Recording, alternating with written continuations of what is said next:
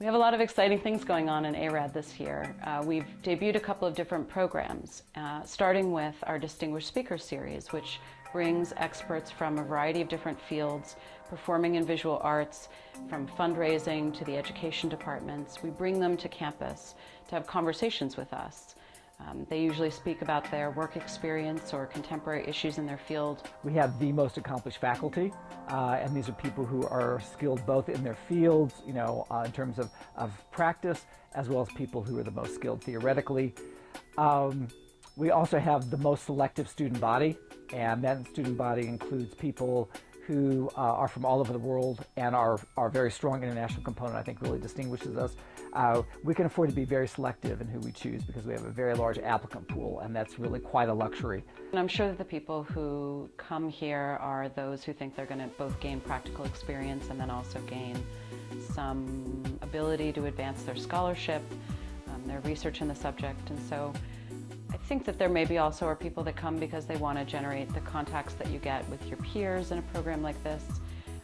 So some people will see it as a way to supplement what they're already doing in their careers, and I think others will see it as an academic exercise, and both kinds of people will benefit from a program like ours.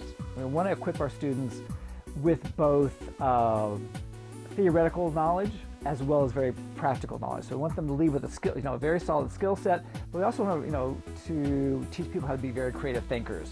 So, that's our biggest mandate, I think. And this program is unique in a couple of different ways. The first is that it's in New York City, and so it offers the unparalleled art experiences, cultural experiences, the serendipity, the anonymity, the excitement of living in a global city.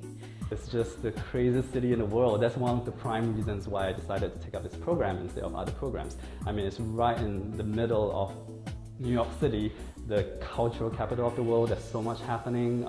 There's always a play going on, there's always an exhibition going on, there are concerts going on, and the best practitioners of the arts are here, congregated from all over the world. I decided to come to this program because after working for several years in museum education, I thought that I needed to take the next step in my career, and looking at this program with the range of courses across Teachers College and throughout Columbia University, as far as its location in New York City, it just seemed like the best place for me. Students have access to courses in the business school, the law school, the School of the Arts, School of General Studies, Teachers College.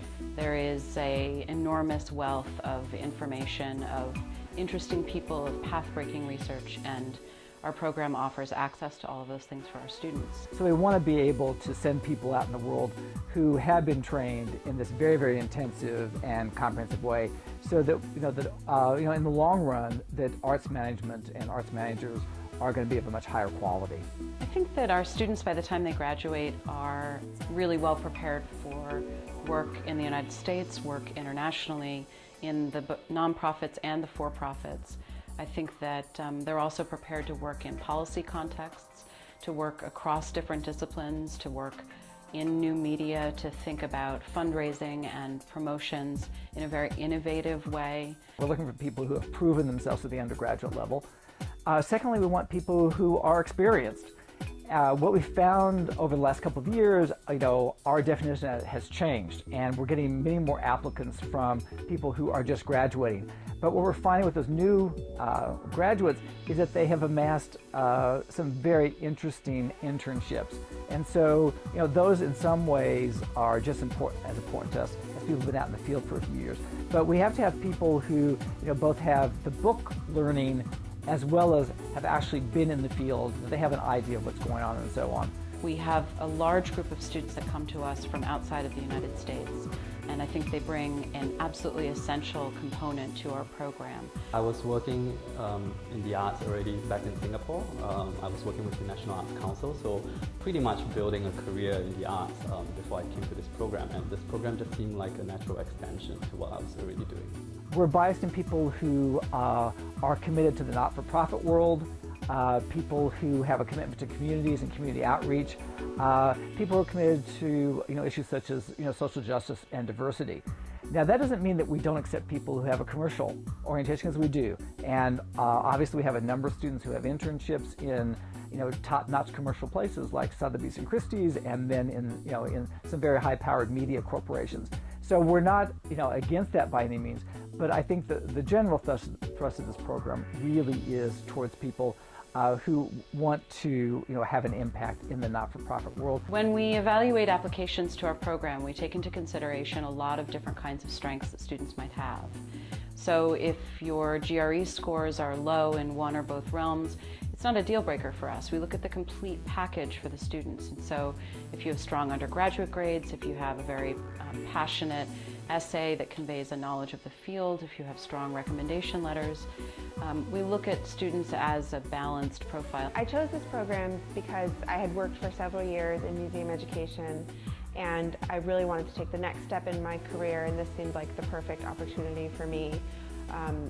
I was really impressed with the curriculum and the variety of classes that students take across Teachers College and throughout Columbia University. I say this oftentimes to students if they interview in advance, that I like to think that the faculty offers them something. I think that we do offer them something, but I think that students get just as much from their fellow students. I think that the sense of camaraderie, the sense of working together, the sense of international exchange is quite heightened in this program. One of the things that I find most valuable about this program is the kind of blend of theory and practice. So we take courses where we learn critical thinking skills, as well as classes that are more practical and things like accounting and development. So it kind of gives you the whole a broad skill set that is really applicable to working in the field.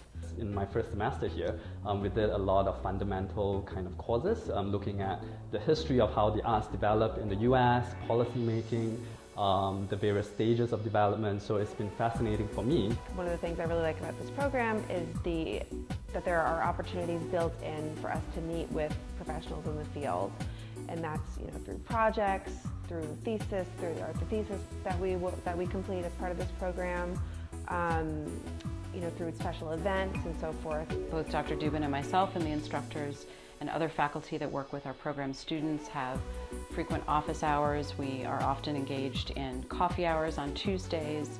We have many events like the Distinguished Speakers Series where we go and we participate in the life of our students outside of our classrooms. To me, that package of attributes is really unmatched by any other program in the country.